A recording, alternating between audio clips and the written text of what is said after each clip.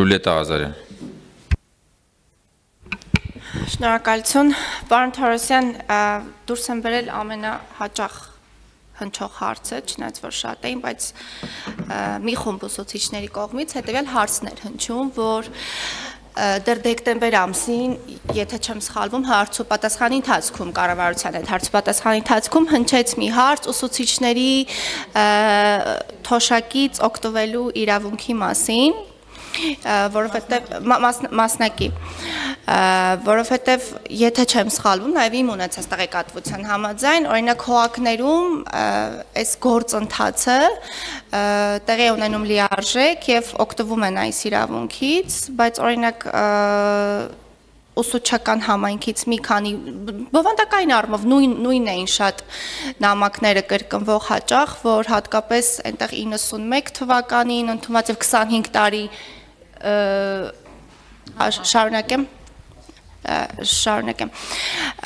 այս հարցին կխնդրեմ անդրադառնաք, կա որոշակի լուծում, թե նախարարության հետ կոմունիկացիա կա որոշակի քննարկումներ եւ երկրորդ հարցը բոլորովին վերջերս կառավարության նիստի ընթացքում, երբ վարչապետը խոսեց 65 տարին լրացած մեր թոշակառուների մասին եւ ընկալումների մասին ընդհանուր առմամբ, որ պիտի փոխենք մեր ընկալումները եւ չհամարենք, որ 65 տարեկանում ամեն ինչ ավարտված է եւ թոշակառուն պիտի գնա տանը, նստի կամ զբաղվի թորնիկների խնամքով եւ առաջարկում էր օրինակ փոքր եւ միջին ձեռնարկատիրությամբ զբաղվել, հա, բիզնեսում ներգրավել, արդյոք կան որոշակի խմորումներ այս իմաստով, աջակցության գործիքներ, ավելի գրավիչ դարձնելու եւ այդ տարիքային խմբին փորձել ներգրավել այս ոլորտ, կարելի ասել, օգնել իրենց զբաղվել փոքր միջին ձեռնարկատիրությամբ, կան քննարկումներ թե ոչ, այս իմաստով եւս շնորհակալություն։ Շնորհակալություն Տիկին Ղազարյան, երկրորդ հարցից պատասխանեմ, այո կան եւ ես սկզբնական խոսքումս ասացի, որ ուզում ենք զբաղվածության ծրագրերը Լեգոյի տրամաբանությամբ աշխատացնել եւ նաեւ նշեցի, որ Ղարաբաղի մեր հայրենակիցների համար կա այդ ինքնազբաղվածության ծրագիրը, որը շուտով կմեկնարկենք, մենք ուզում ենք դրա հիմքի վրա փոխելով շահառուների խումբը դարձնել օրինակ 65+ կամ 63+ եւ իրենց համար դա գործարկել որպես այդ Լեգոյի տարբերակներից մեկ, հա, չէ, բոլորի համար աշխատի, նրա համար էլ աշխատի, սրա համար էլ աշխատի, պարզապես ուզում ենք գործարկել այս մեկը, որպեսզի նաեւ տեսնենք, որ նորմալ ամեն ինչ աշխատում է, որտեղ այնտեղ կա ուսուցման կոմպոնենտ, ուղեկցման կոմպոնենտ եւ նաեւ փոքրիկ կապիտալ ներդրման կոմպոնենտ, հա, որ մարդուն ինչ որ գործիքներ կամ պարագաներ կարիք կլինի այդ իր փոքրիկ բանը բիզնեսը աշխատացնելու համար ու անելու ենք նաև ավագ սերնդի մեր ներկայացուցիչների համար։ Ինչ վերաբերում է մանկավարժների թոշակին, եթե խոսքը մասնակի կամ մասնագիտական, հա, մասնակի կենսաթոշակին, ես պիտի խնդրեմ պարոն Սմբատյանը պատասխանի, բայց ես մի հատ գլոբալ բան եմ ուզում տեղակալ է էլի այդ գծով մանրամասներ, բայց ես մի հատ բան եմ ուզում ասել, որ քիչ ենք մենք խոսում։ Մենք մեր երկրում 20-ից ավելի տեսակի թոշակ ունենք, որի մեջ խճճվում ենք նույնիսկ մենք երբեմն։ Եվ մենք պետքա մտածենք հակառակի մասին, ոչ թե նոր տեսակի, նոր մարդկանց համար նոր թոշակների ստեղծման կամ առաջ խաղացման մասին, այլ միօրինականացման, որ մարդկանց համար շատ հասկանալի եւ պարզ լինի, եւ նաեւ գիտեք, որ մենք ունենք կൂട്ടակային կենսաթոշակ, որը լուծում է այն մյուս հարցը, թե ով ինչքան է աշխատել եւ ինչքան տարի եւ ինչքան գումար, ինչքան է կൂട്ടակել եւ ինքը իր հասանելիք ժամանակահատվածում հետ կգա, այսինքն կստանա այդ կենսաթոշակը եւ այդ մասով եթե խնդիրներ կան, այսինքն այնպիսի որ X քաղաքացու, որևէ քաղաքացու իրավունք է ոտնահարվում մեր այսօրվա կարգավորումներով, ես պետքա խնդրեմ տվյալների տակ մենք փորձենք կոնկրետ խախտված քաղաքացու հարցը լուծել, որտեղ չի կարող լինել այս կամ այն հիմնարկում նույն մարդը աշխատի, եթե օրենքով սահմանված է, չէ, որ ասացիք մի հողակներում խնդիր չկա, երևի պողակներում խնդիր կա, ես տենց հասկացա, որ միտեղ լավ է իրականացվում, միտեղ վատ, տենց բան, եթե տեղի է ունեցել, մենք կուղենք, որտեղ չի կարող տեղի ունենալ, բայց գլոբալ առումով էտա մեր տրամաբանությունը, որ մենք պետքա գնանք, իհարկե ոչ մեկի իրավունքները չոտնահարելով ընդհանուր միօրինականացման, որը ավելի հասկանալի կլինի քաղաքացիների համար, իսկ արդեն անհատական ջանքը, թե ով ինչքան է աշխատել, կլուծվի կൂട്ടակային կենսաթոշակով, այլ կարիք չկա ինձ թվում անդրադառնալ, խնդրում եմ կփոխանցեք մեզ տվյալները, մենք բան կանենք, կլուծենք։ Պարոն Տիգրան Պարսիլյան, համեցեք։ Շնորհակալ եմ նաև զեկույցի համար, պարոն Թորոսյան։ Մենք չխոսեցինք մի կարևոր օրենսդրական անարդարացիորեն քիչ լուսաբանված կարևոր օրենսդրական մեծ փաթեթի մասին, որը վերջերս ընդունեցինք, ես խոսում եմ երեխաների պաշտպանության մասին մեծ օրենսդրական փաթեթի մասին եմ խոսում, որտեղ կարևորվել է երեխաների լսված լինելու իրավունքը, երեխաների լավագույն շահը, որդեգրման ընթացակարգը շրջանցելու այդ հնարավորությունն ենք վերջապես բացառել, բայց ամենակարևորն այն է, որ կյանքի դժվարին պայմաններում հայտնված երեխաների հանդեպ խնամքը ավելի պրոֆեսիոնալ մոտեցման ենք մենք գնացել, ոչ թե տենց կենացի մակարդակի կամ ձեռքի հետ արվող աշխատանքի, Եվ գիտեմ, որ այս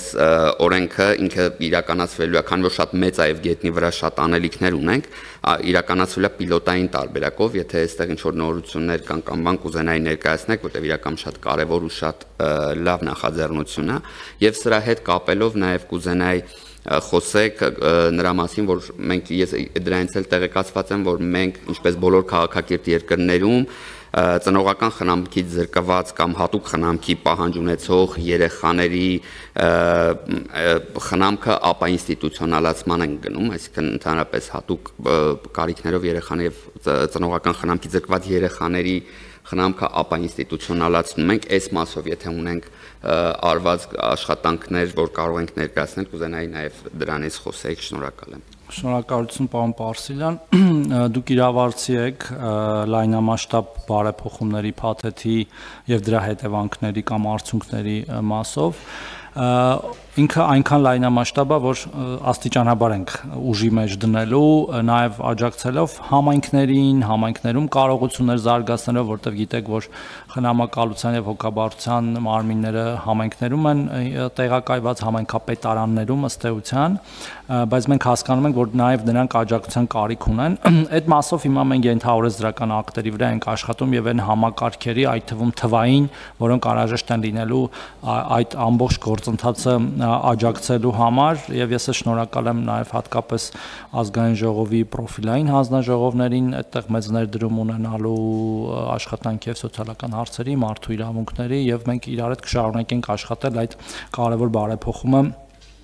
ի վերջո կյանքի կոչելու համար, որտեվ այո, այդ դուք լավ նշեցիք, այդ կենացային հոգատարությունը մենք ընդհանրապես պետք է վերջ տանք, դա կլինի երեխաները, կանայք, այլ խոցելի մեր խմբեր, որտեվ այո մենք սեղանների շուրջ սովորաբար եւ կան այդ բոլոր, այսինքն պարտադիր կենացների շարք կա, չէ, որ մենք խմում ենք երեխաներ, կանայք, ծնողներ, բայց հետո օրինակ ծնողները հայտնվում են փողոցում, երեխաների կողմից եւ մենք ստիպված իրանց տեղավորում ենք խնամքի կենտրոններում,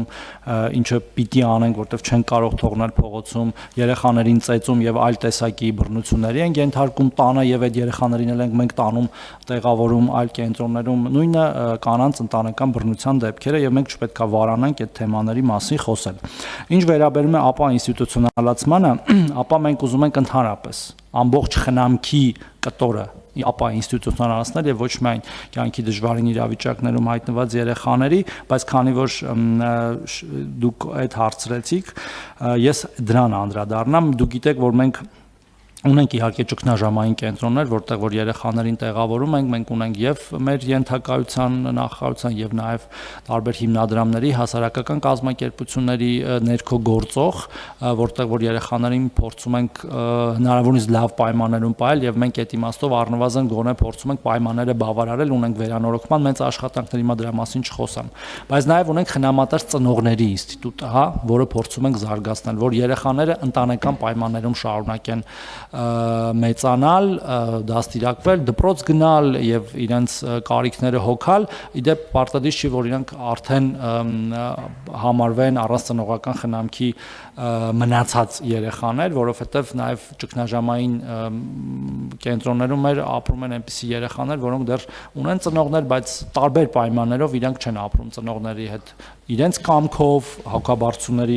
այդ որոշմամբ խնամակալության։ Եվ մենք ունենք առաջընթաց այդտեղ, բայց ես ուզում եմ, որ մենք ավելին ունենանք եւ մենք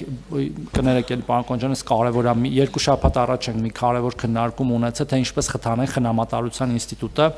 որտեղ այս պայն ունենք 120 նման ընտանիք, 190 մոտ երեխաներով, որոնք ապրում են խնամատար ծնողների մոտ եւ մենք ուզում ենք, որ գանք մի օր այնպիսի վիճակի, որ երբ որ կլինի ճգնաժամային իրավիճակ, մենք չտանենք իրեն ճգնաժամային կենտրոն, այլ միանգամից լինեն այդ ծնողները, որոնք կվերցնեն այդ երեխաներին եւ կպային այնքան ինչքան պետք կլինի, մինչեւ կամ կվերամիավորում կլինի կամ այդ երեխան կմնա մեր հոգացության տակ։ Շնորհակալություն։ Արմենուհի Ղազարյան։ Շնորհակալություն, պարոն Թորոսյան, իհարկե իմ հարցը պարոն Թորոսյանը հնչեցրեց, բայց այնուամենայնիվ ինձ հետաքրում է ավելի բացված կերպով ասեք, միգրանտները, երբ որ Հայաստան են գալիս, քաղաքացիները,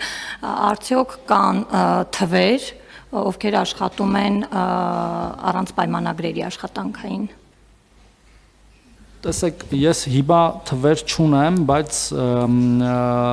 քանի որ մենք չենք իրականում հավաքագրում այդ վիճակագրությունը, ես եթե չեմ սխալվում, տեսչական մարմնի խնդրել էի, որպեսզի այդ մասով վիճակագրություն տար, վարչարարության իմաստով փոքր են թվերը, այդպիսի մեծ թվեր չկան, բայց մենք գիտենք, որ այնուամենայնիվ մարդիկ գալիս են տուրիստական վիզաներով եւ մնում աշխատում են եւ մեր օրենսդրությունը կարծես թե վարչական իրավախախտում է նախատեսում այդ դեպքում, որը նրանք վճարում են մեկնելուց կամ երբ որ հայտնաբերվում են, այսպես ասած, դրա համար է ասում, որ մենք հիմա ներքին գործերի նախարարության հետ աշխատում ենք, որպեսզի ընդհանրապես վերափոխենք այդ համակարգը, որպեսզի նախ կարիք չլինի շրջանցել, այդ օրինական գրանցման համակարգը, որտեվ միշտ կարելի է գնալ պատժի եւ հետևանքների դեմ պայքարելու եղանակով, բայց կարելի է կանխարգելելու եւ կարգավորելու եղանակով գնանք։ Ինչի գան, մենք էլ հետո պատժենք, եթե կարելի է ամեն ինչ կարգավորել այնպես, որ իրենք գան օրինական ճանապարհով, մանավանդ որ նրանց կարիքը կա։ Իսկ մեր տնտեսությունը զարգանում է եւ այդ մարդկանց կարիքը կա։ Թարմ թվեր չունեմ, մենք հիմա թարմ թվեր չունեմ նաև ընդհանրապես աշխատանքային միգրանտների, որտեղ նաև այդ ձեր ասած պատճառով դժվար է հաշվել, իրանք աշխատանքային են, թե չէ, միայն օրինական ստացածները հնարավոր է հաշվել, բայց այդ մյուսները հնարավոր չի հաշվել, բայց մենք այդ ուղղությամբ աշխատելու ենք մեր գործընկերների հետ, արտաքին գործերի նախարարության, ներքին գործերի նախարարության, որ ավելի լավ լուծումներ տանք թե օրենսդրական առումով եւ թե նաեւ ավելի մի քիչ միջնաժամկետ հեռանկարային ապագայում նաեւ մենք դուք գիտեք ունենք ժողովրդագրության ռազմավարություն, զբաղվածության ռազմավարություն, աշխատանքային միգրանտներ նաեւ այդ իմաստով են կարեւոր, որպեսզի մեր տարբեր կարիքները դրանով փակենք, ծածկենք։